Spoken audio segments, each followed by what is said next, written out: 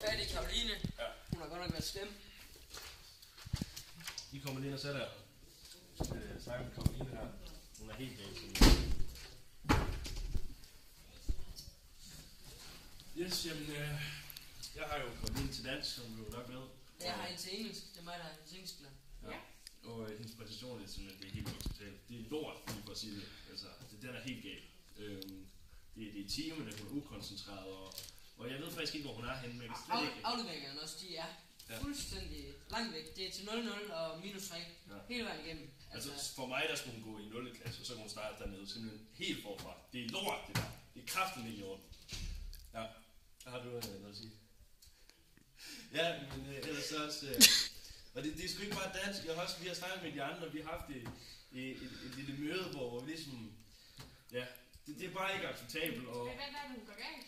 Altså hun er overhovedet ikke aktiv i timerne. Nej. Det... Hun snakker heller ikke med de rigtige. Hun sidder tit bare over i hjørnet, og så snakker hun med hende den grimme der. Ja, og så går hun går nogle gange hjem med ham, den hårde fyr i klassen. Ja.